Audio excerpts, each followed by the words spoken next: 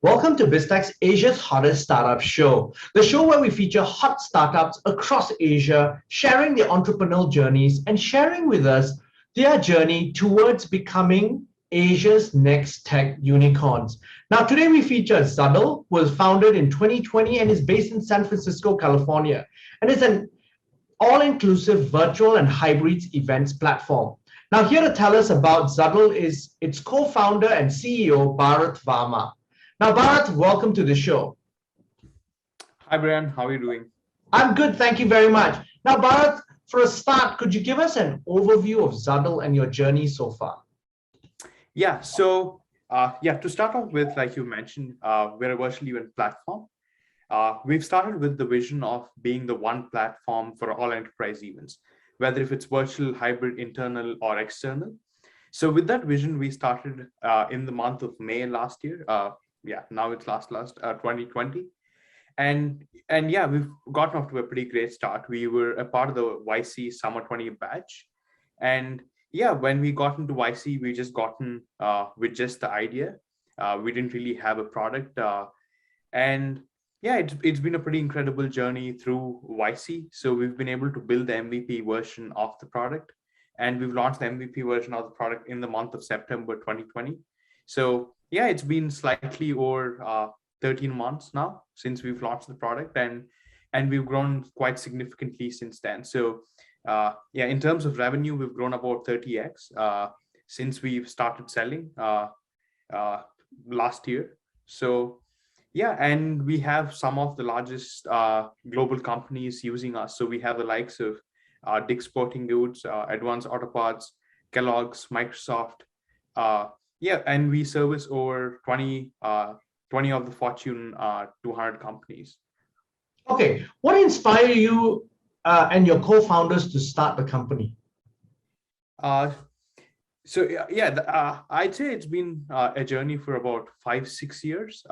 So before Zuddl, I founded an event management agency straight out of college called Phoenix Live. And through the journey of 6 years, we worked with a lot of really large companies, right? Like really global companies. Again, the likes of Microsoft, Google, SAP, Cipla, Dr. Reddy's, like a lot of these really, really large companies. And we've pretty much worked with them on organizing more than 500 conferences over the duration of 6 years, right from strategizing these events to executing them. And what I've realized is, especially towards the later half of 2018 and 2019, a lot of these really large companies wanted to start using the power of digital to reach out to more people. And that's what we call hybrid events, right? So we talk as if it's a new concept, but these really large companies were always doing it. But yeah, how they were done was pretty different, right? So as an event agency, we've used a bunch of tools, like a bunch of webinar tools, and the results weren't great. It wasn't really promising.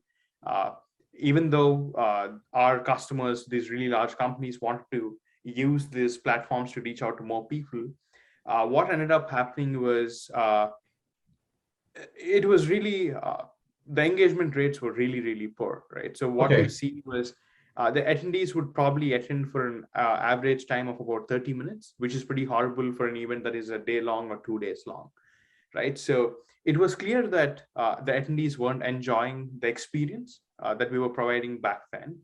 And we realized that there was no tool for these hybrid events, right?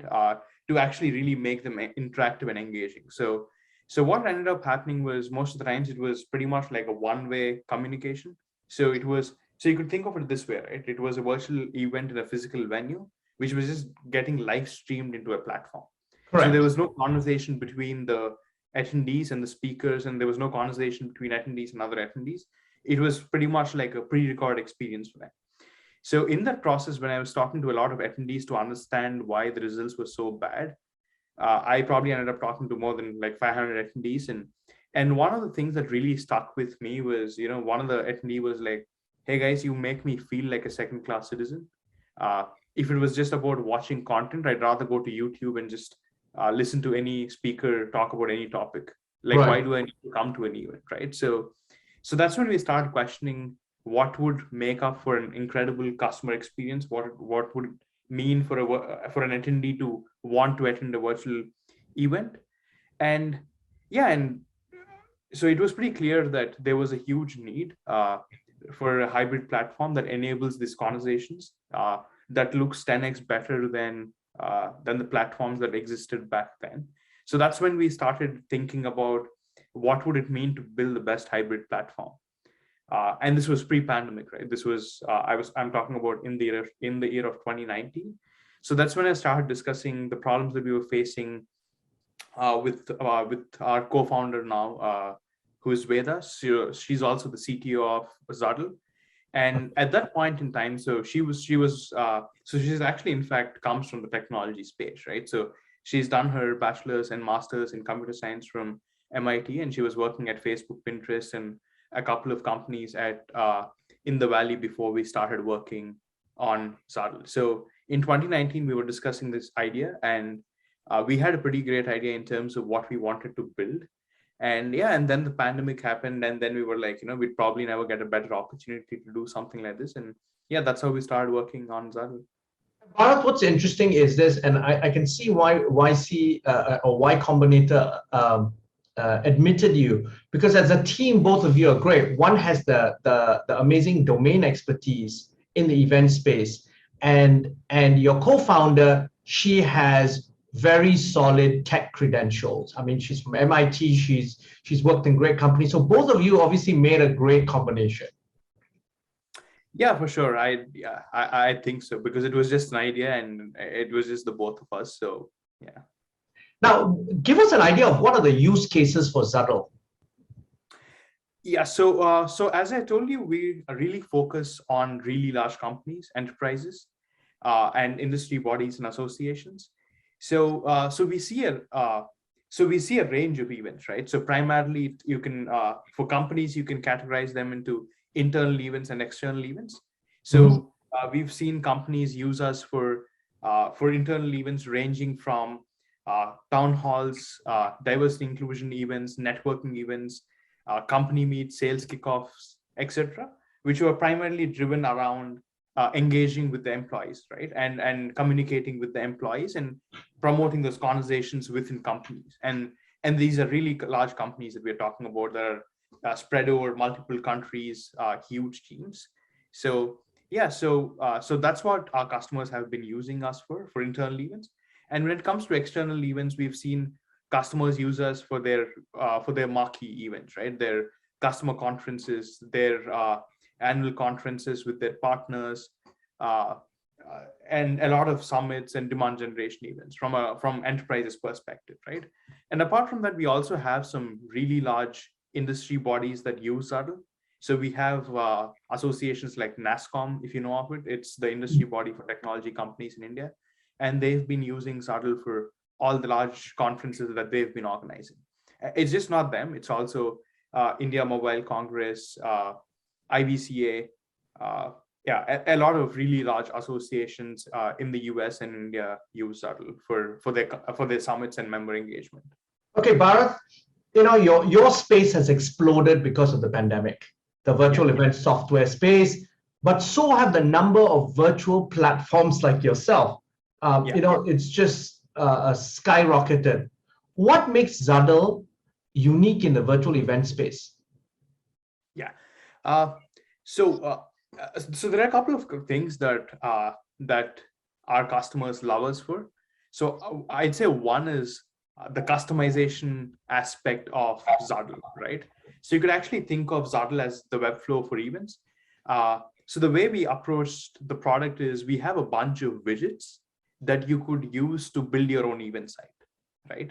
So what we're really trying to enable an organizer to do is to ensure that you're able to build an event that is unique to your brand, that is unique to your brand story, and that is unique every single time, right? So you're not having to experience the same thing, or no two events of your look, or no two events of yours look the same, right? So that's what we really enable from a customization perspective. And the second one is, so we have a broadcasting studio as a part of the product, and you're able to produce really high quality TV quality shows on the platform without using a production team, right? So it's all inbuilt onto the platform. So your speakers can come onto that, and you're able to do your animations, graphics, lower thirds, switch speakers, all of that from within the platform itself. Okay, so obviously you've quite a lot of value added and higher end features that are not present in some other virtual events platforms. From a pricing standpoint, where do you lie? Are you a premium price product or mid price product, or and a very low price product? I'd say we are a premium price product. Our differentiation is the quality of the product. So that's where we play, right? So the vision and what we're working towards is winning through product differentiation and not really price. Okay. Now the pandemic is obviously now in its third year now. It's continuing longer than expected. How do you see the physical events industry changing in the future? Yeah. So the way we think about it at Zuddl is it's really the live experiences industry. It's not just an events industry, right? So one analogy that I keep talking about is the way you consume sports, right? So if you really think about it, you'd never think when you think of a sports game as, oh, let me go watch it in the stadium. And if that's not the case, I cannot watch it on TV. Like, that's just not how you think about it, right? Yeah. There's a game happening. If it's happening in your city, and if you can make it to that, you'd go attend it in person. Otherwise, you always have the option of, watching it on your TV or on your phone or on your laptop, however you want to watch it while you're on the move. And that's how we really think of live events, right? I don't think it should be restricted to people who can make it to a physical space. And I really believe that it would have gotten there in 10 years from now. But I think all that pandemic did was prepone, just cut off 10 years, right? Okay. And in terms of how we envision it to shape up, I believe that the size of this in-person events would reduce significantly, right? So, Okay. So conferences that would probably attract about 20, 30,000 people would probably get about 10% of those, right? Probably 3,000, 5,000 people. But yeah, you'd probably have like 100,000 people, 200,000 people attending it using the virtual platforms, right? So I do believe that a lot of conferences, probably I'd say about 90% of them, are going to have a virtual component to it, right? So it's really up to the user whether if you want to go attend it in person or just watch it from the comfort of your home. So Bharat, how will that then, and you've seen this happening already in the last couple of years. Yeah. How is that impacting the business model of event agencies as well as conference organizers? Yeah, I think the whole industry is going to go through a huge transformation, and everyone has to kind of rediscover themselves. So the model is going to be, I don't think you're going to have those really massive events at scale, right? I'm not saying that they're not going to be any large events, but I'm just saying the number of these large events are going to reduce, right? And what it means is it's going to be hyper personalized, right? So which means that instead of having one large event in one place on in a country, you'd probably have smaller events which are personalized to their own cities, right? So instead of doing one large event, you might do 20 regional events. But I think the thing is, all those 20 regional events will be connected using a platform, right? So that people across the globe are able to have those conversations. So yeah, so I'd say I don't think that the spend is going to reduce. In fact, I do believe that the events industry itself is going to grow significantly over the next 10 to 15 years. And it has been a huge source of revenue for a lot of companies. So companies have been spending more and more on events as a percentage of their marketing spends. So I'd say that we'd see the trend. It's just that the engagement model would change. Okay, and how about the ticket sizes relative to attendance? Because for a lot of event organizers, seminar conference organizers, and so forth, obviously, it was a 2,500 US per delegate ticket size that they used to charge for a physical attendee. How has that changed for the virtual event attendee in terms of ticket size? Yeah, so the costs have dropped significantly, right? But if you think about the cost of serving those attendees has also reduced significantly, right? So, Yes. so if you're charging someone, if you're charging an attendee $2,500 to attend a conference, now that ranges from anywhere between $100 to $1,000 based on the opportunities that you're giving these attendees, right? Things like your networking opportunities, things like giving them access to the recordings after the event and so on and so forth. It's really up to the organizer as to how they want to kind of uh, monetize and incentivize these attendees to pay higher for those tickets. But irrespective, I think leaving that aside, it's just the attendance has increased significantly, right? So we've seen some events wherein they'd get probably 1,000 people, 2,000 people for the in-person events, and they've had about 15,000 people for the virtual events, right? Okay. So what we've seen is if they're produced the right way with the right platforms and promoted the right way, and if the content is great, you can make significantly more money using the uh, if you were to kind of make it virtual, right? Again, I'm not saying that it's only going to become virtual, but think of it this way: you can still have an in-person event, but not just but you don't need to do such a large one, right? You can have a venue, have about 2,000 people in person, still have your great speakers, uh, some of them virtually, some of them in person, and still be able to attract about 10,000 people virtually. Now, I want to ask you about data protection because that is top of mind for many people. And in your space, that's very important because your platform enables data collection. How do you ensure that client data is protected on Zuddl? So we were pretty focused on enterprises since day one. So we are secure by design. So we are GDPR compliant. We are SOC2 certified. We are ISO 27001 certified. And yeah, so we pretty much like have the encryption in place. We are actually undergoing through the HIPAA compliance right now. So yeah, so the data and privacy has been something that we've taken very, very seriously since day one.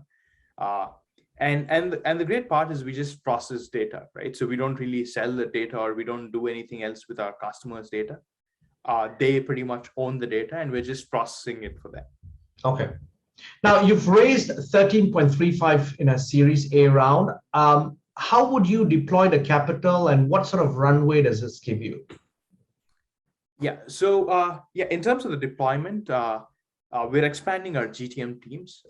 We've seen great traction in the US. We've seen great traction in India, and we see some early green shoots in the EMEA market.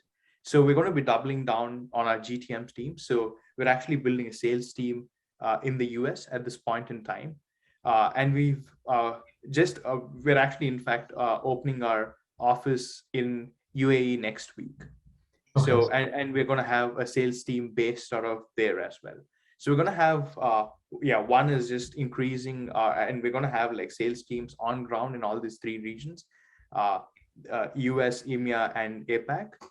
And apart from that, we're obviously going to be doubling down on the product. Now, what sort of valuation was that done, by the way? So we haven't really made that public yet, but yeah, it is 7x of it's close to 7x of the valuation that we raised our seed round. Okay. Now, you mentioned earlier you're Y Combinator alumni. Tell us about the experience and how you benefited from it.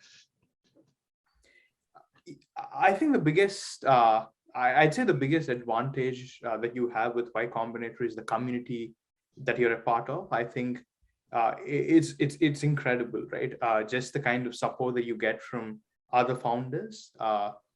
You can just like ping people and you'd get responses, and they've pretty much like gone through that whole journey. And we have some great companies out of Y Combinator, right? So I think community is what makes it special for you. So I'd say Y Combinator is not just about the 3 months that you spend as a part of the program, but the conversations that you have with other founders and the help that you get from them is I think what makes it special. But as a part of the program itself, I'd say that they just talk about real issues, right? Because I think they've seen more startups fail than anyone else has. So yeah, so I think it's just easy to. I think it really helps to know what you shouldn't do, because I think what you should do is hard, right? What makes you successful is it's hard to kind of formulate that, but at least you know the obvious mistakes that you shouldn't. Okay, could you share some of those insights? Yeah, one is something that I really believe in is the fact that you build something that your customers love, or you build for something that people really need, which means that you build your product fast, take it out to the market, and try to kind of sell it as fast as you can, to ensure that you get feedback from the market, and you iterate your product based on that, and not based on not just based on what you believe, right? It has to be based on your customers' feedback. A final question for you. Now, in this journey, you've built two businesses. You built events business initially, and then now a digital virtual platform business. As an entrepreneur, share with us some key lessons that you could impart to other entrepreneurs. Yeah, I'd say that these two businesses are very, very different. The first one's it is a services business, right? Which means that you could grow linearly. It's not really exponential growth. But yeah, but having said that, I think it still teaches you some really fundamental things about running companies, right? Which is I'd say a couple of things. One is just the grit that you need, because you just see so many ups and downs, and it wasn't easy, right? Like when I started off with it was pretty much with zero capital, and it was just straight out of college, and I had no clue about businesses back then. But yeah, just the whole process teaches you to never give up. I'd say that is the most important thing. I think a lot of startups fail not because of lack of funding, but because you just do not have the energy to kind of get up every day and be at it, right? So I think one is, yeah, it doesn't matter how high your highs are or how low your lows are. I think the important thing is to kind of keep going, and that's what I've seen with Phoenix, right? I'd say for the first 2 years, we would have probably done like a couple of 3 crores in revenue, but in the next 3 years, we've been able to ramp up to about $4 million, right? So I think it's about just fighting through those tough times and keep working on it with the discipline, right? When it comes to Zuddl, the experience has been very different, right? Like in terms of how much we've been able to grow in the first 18 months itself. So the scale is exponential here. And I'd say that one really, really important thing is to have a great team, because I think that's the only way you can truly, truly scale. Have people who are better than you, have people who are smart, who ask the right questions, and who are able to build scalable systems, right? I think for the first 6 to 7 months till you get your product right, you do things that are not scalable. But once you know that the customers love your product, I think you should always think about, what if the company scales 100x, and what do I need to do, and just have that mental model at the back of your head. Bharat, it's been a fascinating conversation. Thank you very much for taking your time to be on the show. Thank you, Brian. Thank you so much for having me. Now, we've been speaking to Bharat Varma, the CEO and co-founder of Zuddl, and I'm Brian Fernandez on Biztech's Asia's Hottest Startup Show. This video will be on our various social media platforms, as well as our website, www.biztech.asia. Please like and subscribe to our various platforms. Thank you very much for tuning in.